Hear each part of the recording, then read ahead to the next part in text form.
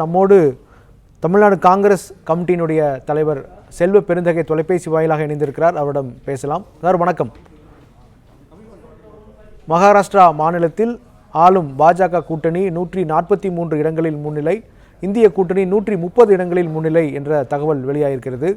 எப்படி பார்க்கிறீர்கள்? நம்ம போக போக தான் தெரியும். இன்னும் இதுல ஒரு முடிவு வர முடியாது. அதனால இது ஆரம்பம் தான். தபால் வாக்குகள் எண்ணப்பட்டிருக்கு. ஆனால் ஒரு 12 மணிக்கு ஒரு கிளாரிட்டி கிடைக்கும். அதுக்கப்புறம் நம்முடைய கருத்தை சொல்லலாம். மகாராஷ்டிரா பொறுத்த வரைக்கும் துரோகத்திற்கும் நீதிக்கும் உள்ள தேர்தல் தான் அங்கே நடக்குது. ஏற்கனவே யாருக்கு மேண்டேட் கொடுத்தாங்களோ அவங்க ஆட்சிக்கு வர முடியல. அதை கவிர்ப்பதற்கும் உடைப்பதற்கும் சரி செய்தார்கள். அந்த சரியெல்லாம் முறியடித்து தான் அங்கே அரசு ஏற்பட்டது. அந்த அரசையும் ஷிண்டே மூலமாக உடைத்து கலைத்து இவர்கள் ஒரு ஆட்சியை அங்கு மேற்கொண்டு வருகிறார்கள். இதையெல்லாம் மகாராஷ்டிரா மக்கள் கூர்ந்து கவனித்து வந்தார்கள்.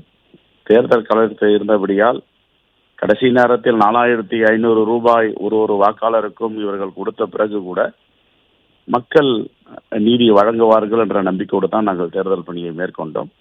ஆகவே போக போக தெரியும் நீதி வெற்றி பெறப் போகிறதா, துரோகம் வெற்றி பெறப் போகிறதா என்று பொறுத்திருந்து பார்ப்போம். அண்மையில் நடைபெற்ற லோக்சபா தேர்தலில் இந்திய கூட்டணி அதிக இடங்களில் வெற்றி கைப்பற்றி இருந்தது. அந்த ட்ரெண்ட் தொடரும் அப்படின்னு சொல்லப்பட்டது. ஆனால் எக்ஸிட் போலில் பாஜக தலைமையிலான கூட்டணிக்கு தான் வாய்ப்பு அதிகம் அப்படின்னு சொல்லப்பட்டது. இப்போ எக்ஸிட் போல் என்ன சொன்னாங்களோ கிட்டத்தட்ட அது மாதிரியான ஒரு லீடு தான் இப்போதைக்கு கிடைத்திருக்கிறது.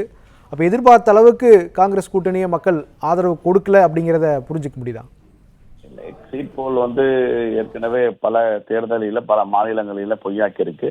அதான் சொல்றேன், நம்ம இப்போ ஒரு முடிவுக்கு வர முடியாது. ஒரு 11 மணிக்கு மேல நம்ம ஒரு தெளிவா நம்ம பேசுவோம்.